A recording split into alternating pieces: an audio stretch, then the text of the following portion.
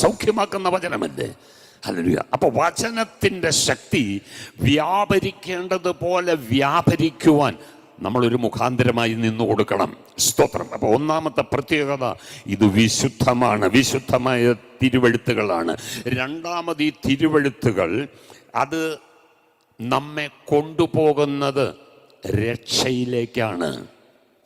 The scripture leads us to salvation. രക്ഷയിലേക്കാണ്.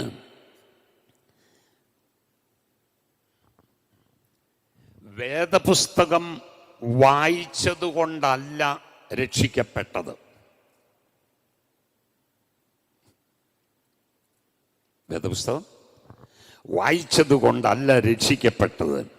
പ്രത്യുത വേദപുസ്തകം വെളിപ്പെടുത്തുന്ന യേശുക്രിസ്തുവിൽ വിശ്വസിച്ചതുകൊണ്ടാണ് രക്ഷിക്കപ്പെട്ടത്. കരമുയർത്തി ദൈവത്തിന് സ്തോത്രം ചെയ്യാം. എത്ര പേരെ എനിക്കറിയാമെന്നറിയോ? ഉൽപ്പത്തി മുതൽ വെളിപ്പാട് വരെ അറിയാം, പക്ഷെ രക്ഷിക്കപ്പെട്ടിട്ടില്ല.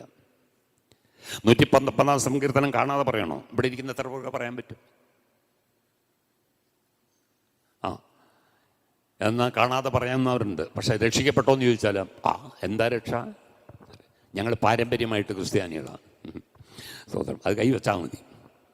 സ്തോത്രം. വ്യർത്ഥവും പിതൃപാരമ്പര്യമായ നമ്മുടെ നടപ്പിൽ നിന്ന് നമ്മെ വീണ്ടെടുത്തിരിക്കുന്നത് വെള്ളി, പൊന്ന് മുതലായ അഴിഞ്ഞു പോകുന്ന വസ്തുക്കളെ കൊണ്ടല്ല, ക്രിസ്തു എന്ന നിർദോഷവും നിർമ്മലവുമായ കുഞ്ഞാടിൻ്റെ വിലയേറിയ രക്തത്താലാണ്. അത് വെളിപ്പെടുത്തുന്നത് തിരുവെഴുത്ത്. വേദപുസ്തകം വായിച്ചത് കൊണ്ട് രക്ഷിക്കപ്പെടത്തില്ല. വേദപുസ്തകം, സത്യവേദപുസ്തകം വെളിപ്പെടുത്തുന്ന യേശു ക്രിസ്തുവിൽ വിശ്വസിച്ചെങ്കിൽ മാത്രമേ രക്ഷിക്കപ്പെടത്തുള്ളൂ. കരമുയർത്തി ദൈവത്തിന് സ്തോത്രം ചെയ്യാം. യോഹന്നാന്റെ സുവിശേഷം 5-ാം അധ്യായം 39-ാം വാക്യം പറയുന്ന ഒരു കാര്യമുണ്ട്. നിങ്ങൾ തിരുവെഴുത്തുകളെ, പെട്ടെന്ന് കാണിക്കണം, തിരുവെഴുത്തുകളെ ശോധന ചെയ്യുന്നു, അവയിൽ നിങ്ങൾക്ക് നിത്യജീവൻ ഉണ്ടെന്ന് നിങ്ങൾ നിരൂപിക്കുന്നുവല്ലോ. അവ എനിക്ക് സാക്ഷ്യം പറയുന്നു. തിരുവെഴുത്തുകളെല്ലാം ആർക്കാ സാക്ഷ്യം പറയുന്നത്? യേശുവിന്. എന്താ യേശുവിനുള്ളത്? നിത്യജീവൻ. യേശുവിൽ വിശ്വസിക്കുന്നവർക്ക് എന്ത് കിട്ടും? നിത്യജീവൻ. നിത്യജീവമൊഴികൾ നിന്നിലുണ്ടു പരനെ,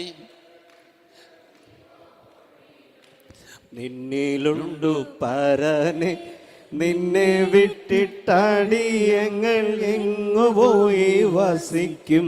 നിന്നെ വിട്ടിട്ടടിയങ്ങൾ എങ്ങുപോയി വസിക്കും. നീയല്ലോ ഞങ്ങൾക്കുള്ള ദിവ്യ സമ്പത്ത്. യേശുവേ. സമയം